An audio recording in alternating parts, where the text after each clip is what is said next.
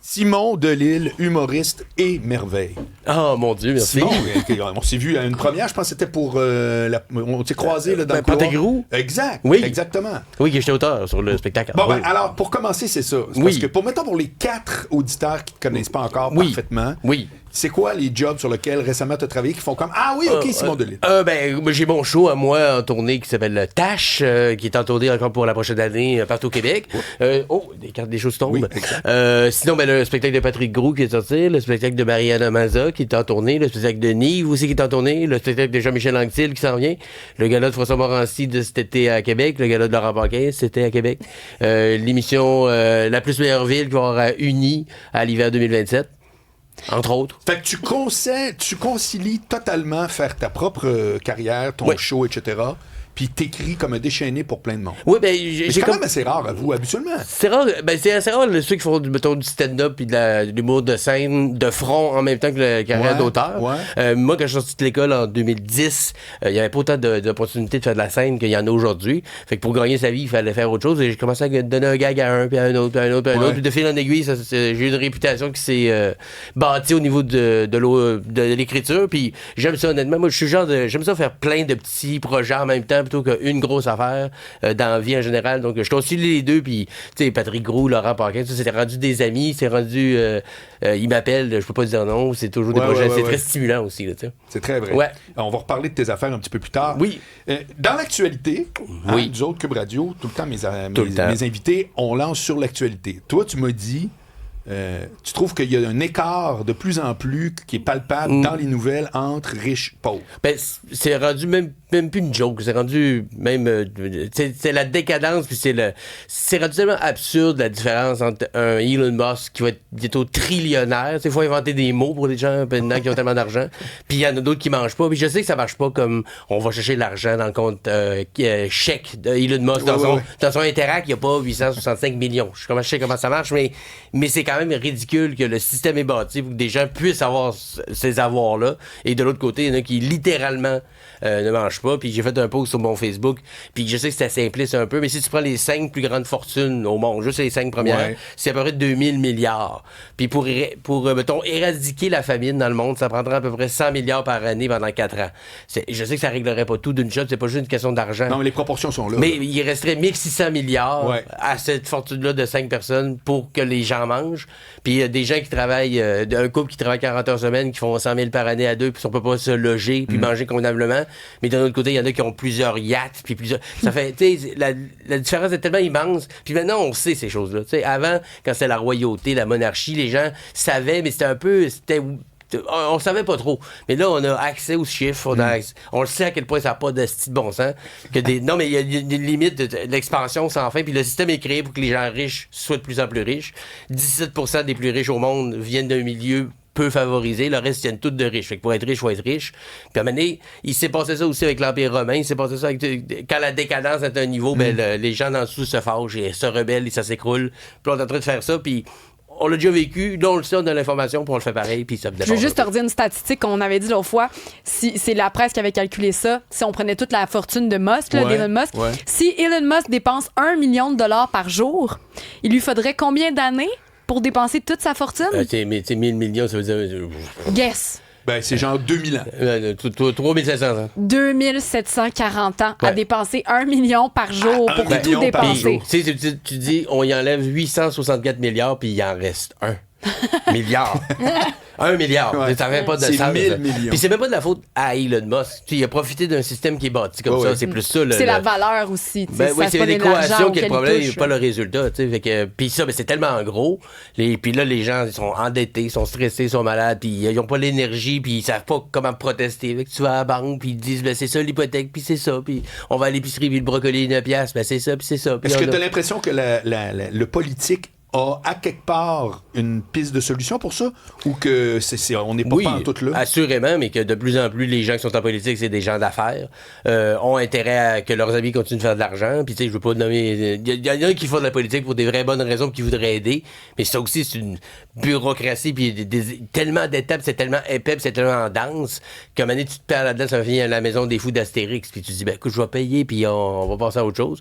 Mais c'est ridicule. Tu sais, moi, j'ai travaillé dans un pawn shop pendant 2 ans et demi. c'est peut-être la base de ça, mais tu sais, de se servir de la classe des gens qui sont moins instruits, qui ont moins de chance, puis qui ont moins de moyens de protester pour tirer plus de leur jus. Parce que les riches vont pas tirer le jus de d'autres riches. Ils vont tirer en bas de la pyramide. Mais quand tu fais trop effriter la base de quelque chose, ça finit par s'écrouler. Puis on le voit, là. J'ai même pas mon deck en or et lettres, puis il me semble que ça me semble clair dans ma tête. C'est un peu choquant de voir des dirigeants, sont supposés être des gens instruits avec des connaissances, pas faire les moves qu'il faut pour essayer de rétablir un peu le balancier. Puis ça veut pas dire que quelqu'un peut pas être riche, puis peut pas de ce qu'il a créé. Comme Elon Musk, il crée des grandes choses, puis oui, OK, il peut peut-être privilégier de... Non, mais tu parles de redistribution. Oui, mais là, ça n'a pas de bon sens. C'est rendu d'une décadence démesurée, puis on s'enorgueillit. Hey, le gars, il a réussi, il va être trillionnaire. Mais c'est ridicule, trillionnaire. Ça attention sur le bureau. OK, oui, j'arrête. Là, il y a une affaire que tu as dit que tout le monde, je sens que même les chars arrêtent sur le pont. Tu as travaillé dans un pawn shop. Ouais, 2 ans et demi avant d'être à l'école de l'humour. Ben, il raconte, là. Ben, écoute, faudrait faire un autre micro juste là-dessus. Ben, moi, je suis parti du Saguenay en 2006 pour devenir... Tu faisais quoi au Saguenay? J'ai fait en relais. Je savais plus trop où je m'en allais. Puis à un moment donné, j'ai fait 2 fois l'audition à l'école de l'humour. J'avais été refusé 2 fois. Puis là, je vais être comme, ben écoute, si je veux vraiment que ça arrive, c'est pas en restant à Chicoutimi que ça va arriver. Fait que je suis parti à Montréal en me disant, je vais prendre des cours du soir, je vais essayer de faire des shows. Puis là, j'ai été refusé une 3e fois, puis finalement accepté la 4e. Hein? Ouais, j'ai L'as-tu fait finalement? Ouais, 2008 à 2010. Puis pourquoi tu te décourageais pas? On va revenir au pawn shop, mais ça les 2 premières années, les 2 fois que j'ai essayé quand j'étais encore au Saguenay, c'est normal je savais pas ce que je faisais pas en tout. J'étais trop jeune, mais j'avais envie. Puis dans ma tête, dans cette époque-là, c'était encore un peu dans ma tête comme un genre de passage obligé. À l'école de l'humour, c'était encore la norme. Maintenant, il y a tellement d'humoristes qui vont très bien, qui ont jamais fait l'école, puis c'est plus un passage obligé, non, même si... Je pense que ça va être utile pour des gens. Ouais. Fait que, puis là, la 3e fois, j'étais à Montréal. Ça, je l'ai pris un petit peu plus mal, mais la 4e, ils m'ont pris. Mais pendant ces 2 ans et demi-là, un ami de mon père avait dit, hey, j'ai un de mes amis qui a un commerce de matériel électronique. Il avait bien dit commerce. Oui, mais il avait dit électronique usagée. Ah, tiens donc. Puis moi, j'étais un peu geek. J'avais travaillé dans le temps au Future Shop, Best Buy. Fait que des ventes de genre d'électronique, de jeux vidéo, ça usagé, je trouvais ça cool. J'avais aucunement l'impression... Je savais pas du tout où je m'en allais. Puis là, j'ai travaillé pendant 2 ans dans un prêteur sur gage sur Ontario, dans la promenade d'Ontario. Fait que je suis arrivé du Saguenay où je travaillais dans des dépanneurs puis je vendais du fromage en croûte à un pawn shop centre-sud de Montréal. Je suis arrivé à Montréal dry. Puis je suis en train de d'écrire un livre à ce sujet-là. Pour vrai? Ouais. Bon, ben, donne-nous un peu quelques réalités. Ça va être savoureux, là. Ben, c'est ça d'aller dans l'année. Parce qu'au départ, je me demandais s'il n'y avait pas de quoi de drôle à faire avec ça. Un numéro, une série à sketch, mettons. Mais c'est pas ça que je veux dépeindre parce que les pawn shops qu'on voit à la télé, en général, c'est soit c'est des Shylock, c'est un peu le crime organisé que ça, ou c'est quelque chose de rocambolesque, les gens qui vont panner un sabre de la guerre de sécession qui vaut 7 millions parce que le général Lee l'a signé, ce qui est pas vrai, là.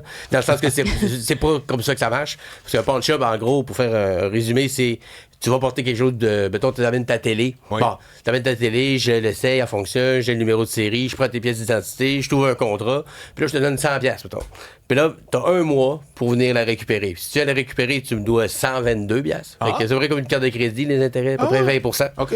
Mais tu peux aussi ne pas revenir, puis moi, je vais la vendre. Après 1 mois, j'ai le droit de la vendre. Ou, après 1 mois, tu as le droit de me donner juste l'intérêt, puis je la garde 1 mois de plus.